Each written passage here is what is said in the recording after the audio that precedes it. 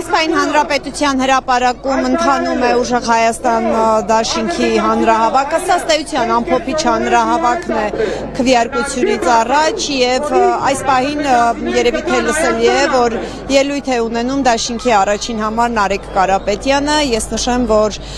մինչ հանրահավաքը նաեւ երթ տեղի ունեցավ, բայց մինչ երթին անդրադառնալը ես ներկայացնեմ այն հիմնական հայտարարությունները, որ այս պահին Նարեկ Կարապետյանը հնչեցնում է հարթակից, ես նշեմ, որ այս ամբողջ քարոզարշավի ընթացքում մի քանի պնդումներ կար, որոնք հնչում էին ոչ միայն ուժեղ Հայաստանի, այլև մի քանի այլ ընդդիմադիր ուժերի կողմից, բայց այս պահին կոնկրետ ուժեղ Հայաստանի հետ կապված կրկին հնչում են ադրբեջանցիների վերադարձի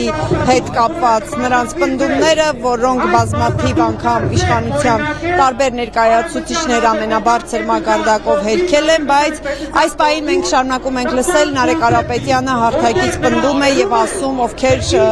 որ ընտրեն ընտրություններին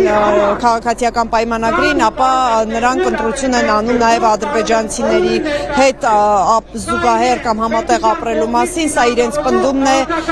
ամբողջ քարոզարշավի ընթացքում էր այս թեզը հնչում, ես նշեմ, որ մինչև հանրահավաքի, մինչև ելույթների մեկնարկը նաև հոլովակներ էին միացրել, գովազդներ էին միացրել կրկին այս խոսույթը ներկայացնող, այս հոլովակները պտտվում էին նաև քարոզարշավի ընթացքում,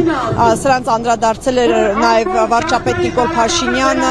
անգամ պնդել, որ սա լրտեսություն է Հայաստանի հանդեպ եւ հետագայում այս հոլովակները պատրաստողները պետք է լրտեսության համար դատվեն եւ չնայած այս հայտարարություններին ուժեղ Հայաստանի առաջնորդները շարունակում են պնդել, որ քաղաքացիական պայմանագրի ընտրվելու դեպքում այդ 300,000 ադրբեջանցիների վերադարձի սպառնալիքը կա եւ իրենք խոստանում են իշխանության գալու դեպքում չեզոքացնել այդ վտանգները, այս պահին էլ կրկին շարունակում են նույն տրամաբանության մեջ պնդումներ Նարեկ Կարապետյանի կողմից, ես նշեմ, որ մինչև հանրահավաքը, ինչպես ասացի, երթ տեղ ունեցավ, բարեկամության մետրոյի մոտից հանրահավաքին այս պահին ներկա գտնվողների մի մասը երթով շարժվեց դեպի հրապարակ, ճանապարհներին կրկին նույն վանկարկումներով, որ իրենք խոստանում են բազմաթիվ աշխատատեղեր բացել, տարբեր խոստումներ էին ամբողջ քարոզարշավի ընթացքում տալիս եւ այսօր կրկնում էին այդ խոստումները, նաեւ խոսեցին կրկին այս սպառնալիքի, ինչպես իրենք են պնդում, սպառնալիքի մասին կապված Ադրբեջանի հետ եւ նաեւ հայտարարում, թե իրենց վերադարձի, իրենց իշխանության գալու պարագայում տարբեր օրենքներ կընդունեն չեզոքացնելու համար այդ սպառնալիքները։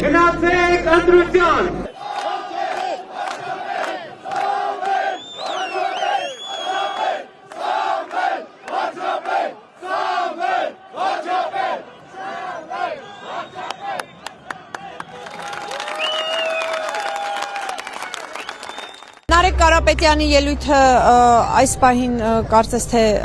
ավարտվեց, թե հետո ինչ ելույթներ կհնչեն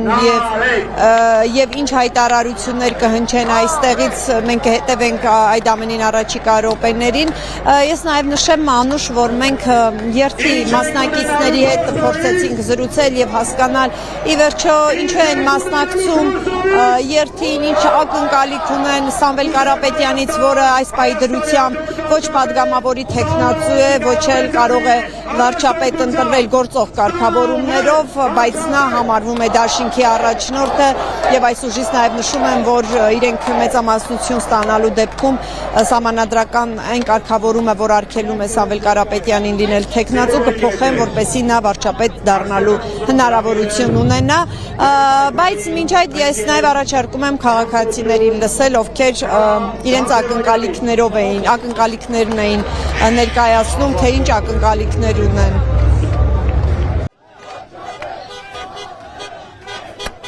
Ուժեղ Հայաստան Թուրքից հեռու, այդքան բան կարամ ասեմ։ Շնորհակալություն։ Ինչու պակաս այն ակնկալում եմ Սամվել Կարապետյանին։ Իսկ եթե ավելի կոնկրետ ասեք։ Սահմանները բաց են։ Այս պահի դրության սահմանները բաց են, տեր չկա, տեր, անտեր են։ Բոլոր ոլորտներում, օդ ի դո, բոլոր ոլորտներում։ Ամեն ինչից դժգոհ եք հիմա։ Չի կարելի ասել ամեն ինչից դժգոհ եմ, բայց գլոբալ առումով իհարկե։